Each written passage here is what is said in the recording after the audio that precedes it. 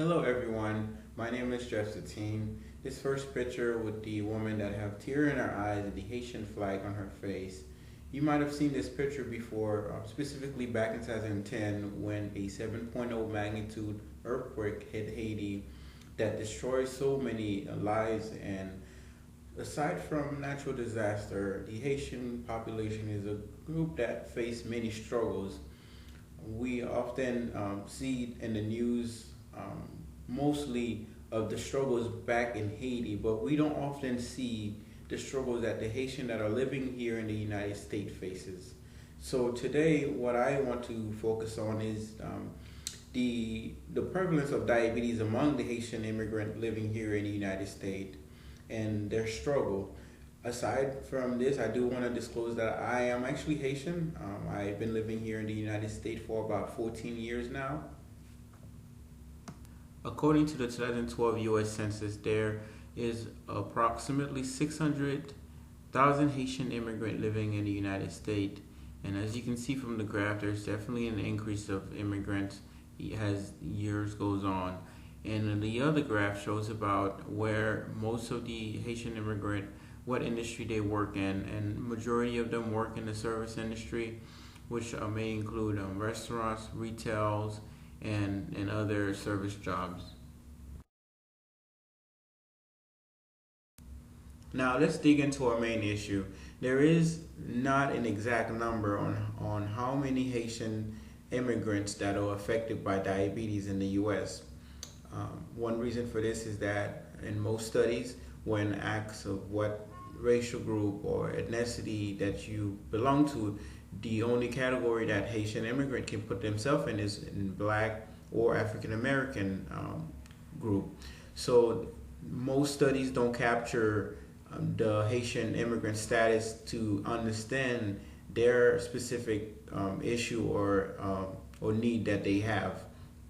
However, there is one study or even a few studies that do give us some issue relating to diabetes that Haitian face. And one study that I'm actually going to refer to the author as Dr. V. I have a hard time pronouncing his name. And him and his colleague, they found that Haitian living in the United States, they have a higher A1C level than African American and non-Hispanic white. And for those of you who are not familiar with diabetes, hemoglobin A1C is pretty much an average of someone's blood sugar concentration measurement over a long period of time. So the A1C is an indicator of how well your diabetes is doing. If your A1C is high as far as 9.0, or if it's right around 6.4, that means 6.4 means it's under control, and then 9 point something may indicate that your diabetes is not under control. So higher A1C in most studies shows that it leads to complications such as stroke, heart attack, nerve damage, kidney failure, and amputation. As mentioned earlier, there is limited study on specifically the Haitian immigrant living with diabetes, and we have a lot of question and very little answer to why this group have a harder time controlling their diabetes. Now, if we look at the predisposal, enabling, and reinforcing model, which was partly presented in our book, we can start making some connection. Just to briefly review this model, predisposing factors are mainly factors that are knowledge, beliefs, attitude, value, and as well as enabling factor are mainly the environment, what's available, resources are available, or is it what health clinics are available.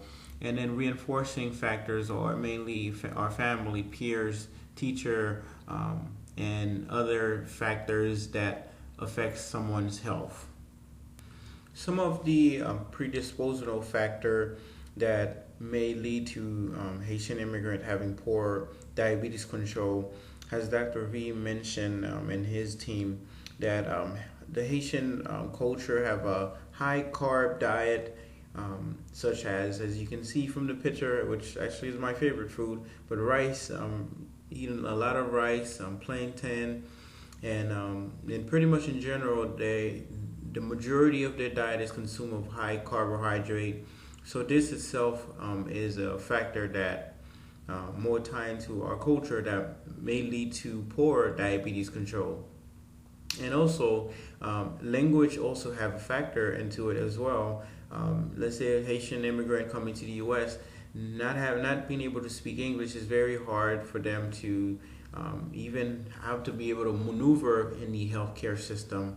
And another thing where that factor into poor diabetes control, maybe the Haitian beliefs about the Western medical care system.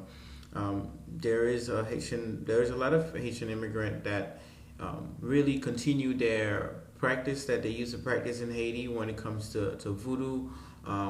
Whenever they may have an issue that pop up, they would, instead of seeking Western medical care, they would go to alternative care that they are used to back in their country. Let's look at enabling factor. As mentioned all throughout this presentation, there is limited study done on how diabetes is impacting the Haitian immigrant population. So how are we as healthcare provider and the healthcare system itself supposed to address their needs as far as developing intervention or allocate resources to meet this group need or to address their issue when it comes to diabetes?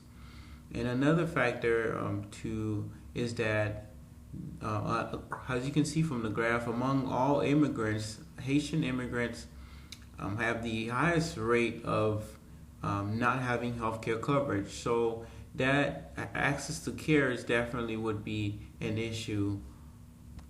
Lastly, one big reinforcing factor is the communication between Haitian immigrants and medical provider. Huffman and his team found that Haitian and diabetes self-management programs had poor glycemic control compared to African American due to ineffective communication between providers.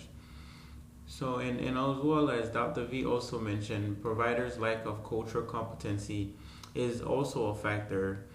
And just to give an example, let's say a provider who is not knowledgeable about the Haitian culture or do not know exactly what Haitian love to eat, and is informing this patient of, hey, you can eat broccoli, collard green instead of heavy rice. And this person, of course, is, here's what the provider says, but most likely this person will continue on their old behavior and will not change their behavior to start eating healthy. And vice versa, if the provider do know that, okay, there are certain things that, vegetables that Haitian do like, that they can kind of pretty much, that provider can educate them, substitute the food that the food that Haitians like to the typical food that they usually eat that is not healthy.